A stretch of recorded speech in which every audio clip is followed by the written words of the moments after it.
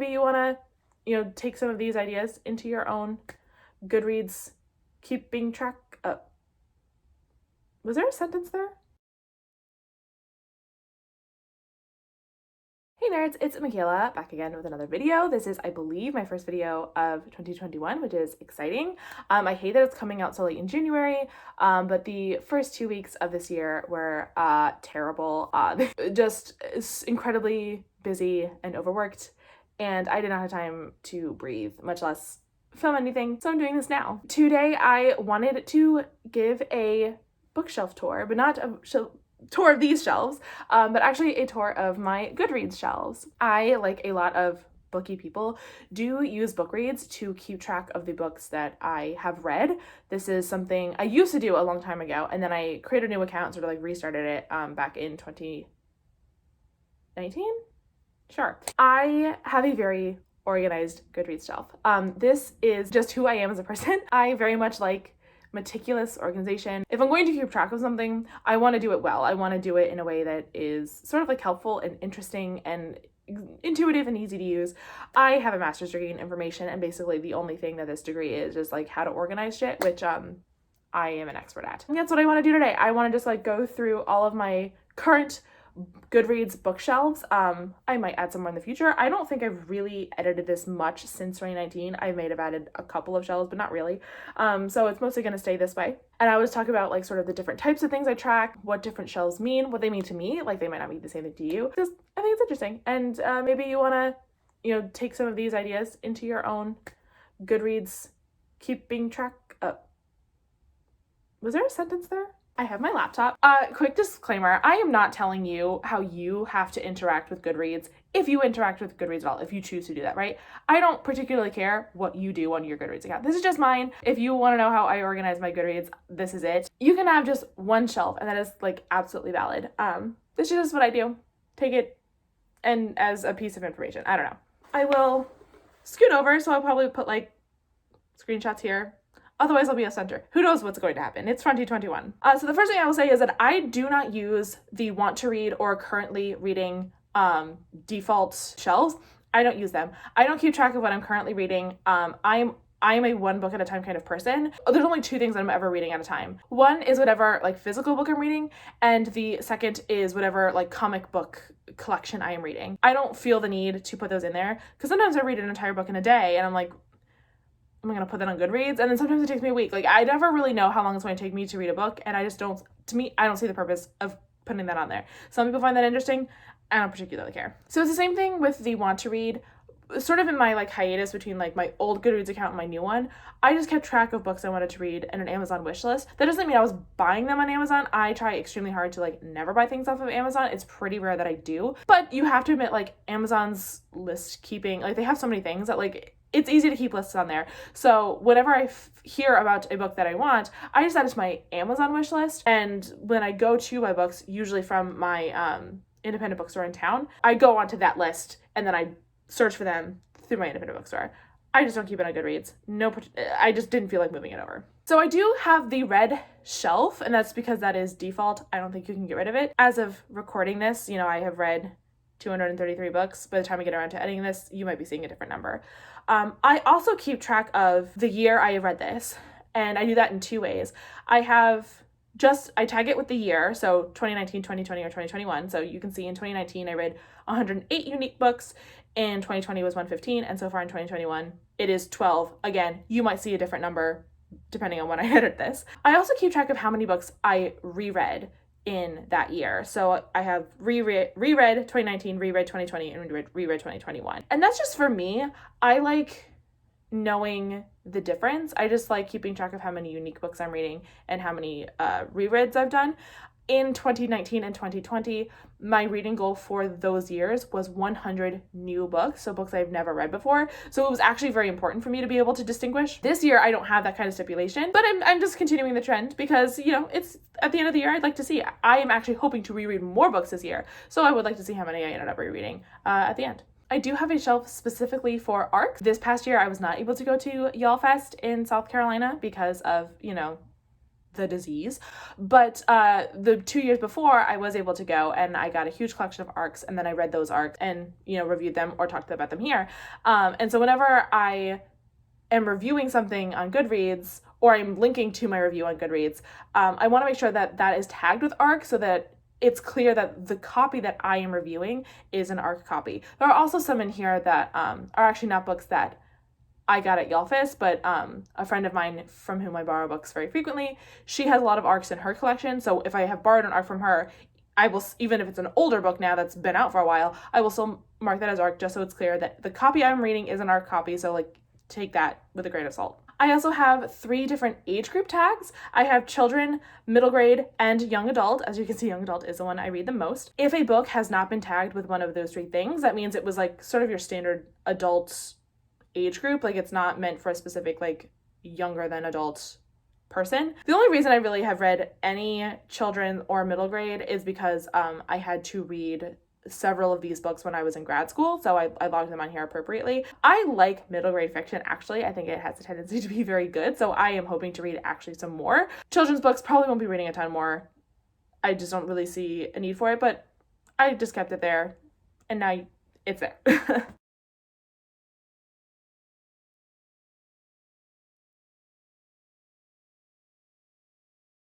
First up, I have biographical. This is any book, fiction or nonfiction, that like the focus of it is telling the story of the life of a person. So it can be an autobiography, a biography, or sort of like biographical fiction. I do have one on here that's like a story of Joan of Arc, and so it's like sort of her life story, but it is fictional. Or it's fictionalized, I guess, but it's supposed to be, it's a story of a person's life, fairly straightforward. Next up, we have classics, and that is anything that, you would consider a classic. Like, I think what do I have on here? I have Dracula, I have Sherlock Holmes, I have The Importance of Being Earnest, Sense and Sensibility. I read Sense and Sensibility when I tell you that I do not remember this book. Next up, dystopian. Again, I don't really have like a particular definition for dystopian, but it's some kind of like mega organized society that is not good, I guess, or it's like post-apocalyptic.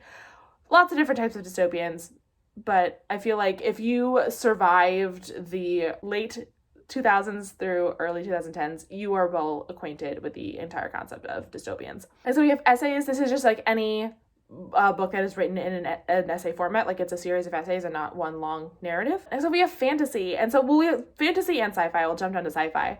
My personal definition for the difference of these is the sort of fantastical or beyond the norm thing that is happening here explained in universe through science and scientific terms. For example, there's The Dragon Riders of Pern by Anne McCaffrey. That is something that if you were to look at this cover, you'd be like, oh, this is a fantasy series, right? And everything about it feels like fantasy. There's fucking dragons, the hallmark of high fantasy. Except in the universe of Dragon Riders of Pern, everything is explained with science. Like they live on a different planet. They don't live on Earth. They live on a different planet, and it's described as a planet. The solar system that it exists in is described. The way that different celestial bodies interact with each other is described. Like sort of the physical, biological aspects of the dragons and how they can sort of like move through time. It's been a minute since I've read these books, so I don't remember. But everything is described in super scientific, specific terms. So to me, Dragon Riders of Pern is sci-fi. It is not fantasy. So that went on my sci-fi list. And then everything that's not described with sort of like scientific terms, everything that's sort of like suggested to be magic or the supernatural or the occult or the spiritual, that goes into fantasy. So I take something with friendship when I feel that like a friend relationship is very foundational to the telling of the story. Like it might not be necessarily like the number one plot point is like a relationship between two friends, but when like two or a group of friends, their relationship with each other is extremely important to the telling of the story, and like you can't take that out and have the story be the same when that's a lot of character motivation and character growth is happening in the context of a friendship, then it gets tagged with friendship for me. Graphic novel, that one's fairly straightforward. It is a graphic novel or not. And then in the same vein, if it's specifically a Marvel graphic novel, then I will tag it with Marvel, just so I can separate the two, because I do like reading other non-Marvel graphic novels, usually like actual novels, like Nimona, for example. Grief, same thing as friendship. Anytime like grief and the process of grief and characters grieving is a major part of the story. It's a major plot point. It's a major character development point that gets tagged with grief. Historical, I believe I only do historical fiction. Is that true? Also, sometimes these rules change, guys. Sometimes I forget my own rules and I just do things. Yeah, so historical fiction, I don't really have a definition of historical. I remember we had a conversation in one of my grad school classes about what constitutes historical fiction. Like, at what point is a story's plot being set far enough back that it can be constituted as historical fiction. And I don't have a clean answer for that. I kind of just try to get like a vibe and like, do I feel like it? To me, I don't know.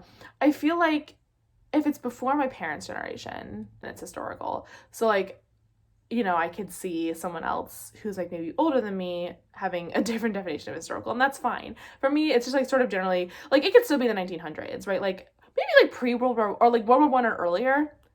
I don't know. I will tag a book with LGBTQ if there is an LGBTQ plus plot line, not just an LGBT plus character. Like if your main character just like has a gay best friend and that gay best friend's like queerness is never like part of the plot or part of discussion, if it's just like an attribute, that's fine. Like there's nothing wrong with that, but it's not getting shelved as LGBTQ. When I created this shelf, it was like specifically for queer stories, not just books that contain queer characters. So that's what that is. Memoir is pretty self-explanatory. Memoirs are also going to be in biographical. There's a lot of overlap there. Mental health, this is any book where, again, like a mental health struggle or issue or crisis is part of the plot, or like sort of someone's chronic mental illness is part of who they are. And that's something that comes up. It might not necessarily be like a plot point, but it is something that is being referenced a lot. It's something where like maybe a character has like chronic anxiety. And so even though maybe like that anxiety doesn't become like part of the climax of the story or anything like that, it's just like always in the background. It's like built into the story, something like that. Or it could be like straight up like someone having a mental crisis or, maybe a suicide attempt. I don't know. Mental health is important and like integral to the telling of the story and to a character in particular. Mystery thriller is pretty broad, but again, I feel kind of self-explanatory. Just anything thrilling where like, a book that keeps you guessing, a book where like a mystery, a big question, a crime to solve, something like that. Or sort of more on the thriller side, there's something like very like action-packed, adventure-y, something like that. Nonfiction is nonfiction and poetry is poetry. Nothing really to say there. Race and religion. Both of these are tags for books where race or religion, respectively, is integral to the story. If there is a book that has like a Black main character and her entire story, like really everything about this book is just about, her relationship with her best friend who was like also Black, and like they never really talk about race, it might come up once or twice, but like that's not what the book is about. It's not going to get tagged as race. Like just having people of color is not going to be tagged as race. It's got to be like race and discussions of race and racial tensions and privilege and all of these things have to be baked into the story and like part of the story. And that's fiction or nonfiction. Like I also have some nonfiction books about race in there. And same thing with religion. Not just having like a Jewish character makes this book about religion. It's like religion has to be part of the story. Someone is struggling with religion, someone is questioning their religion, someone is chafing under the weight of a religion, or someone is, thriving in their religion, whatever. But like religion is part of the plot, it's part of the story, it's part of this person's character growth. It's not just like they are Catholic and that's the end. And finally, romance. Romance is probably the one that people are going to be the most mad about. But I will tag something in romance even if it is not in the technical romance genre, right? Because I think romance has to have a happily ever after. Like that's part of the criteria of a romance novel. That is not what this tag is. So don't go to my romance tag if you are looking only for like romance genre books. For me, romance is any book where, again, a romantic plotline is a large part of the story. It is important to the story. It could have a happily ever after. It could not. There could be death. It could be that like, yes, there is a very important romance plotline, but it's actually like the C plot. It's not the main one. It's still in there and it's still like important and it's still worth tagging, but it's definitely not the focus of the story. That's what I use the romance tag for. And those are all of the tags I have currently. I think I have talked about them all. Like I said at the beginning, you do not have to be as explicit as this. You do not have to tag anything in your book. So you can literally just put things on a red shelf and be done with it. That's totally fine. I would love to know what you guys tag your books with, your shelves. I would love to know what system you use, especially like tell me how it's changed over time. Mine, you know, changed a lot obviously in the beginning as I was like reading more books and then needed more tags. But it's kind of really been like this since about halfway through 2019, and I haven't really changed it. I also really like looking at the numbers on the tags to sort of see what I want to be reading more of. For example, I have since 2019 only read 9 nonfiction books, and I don't like that. I want to be reading more nonfiction. So, you know, it's having that number there is a good reminder, like, you're not reading a lot of nonfiction, you should probably read more, and I should. So like I said, let me know in the comments below what you think about these shelves, how you do your shelves, do you like shelves, do you like Goodreads? Just let me know what you're thinking. That is all I have for you guys today. Thank you so much for watching, and I will see you guys in the next one. Okay, bye.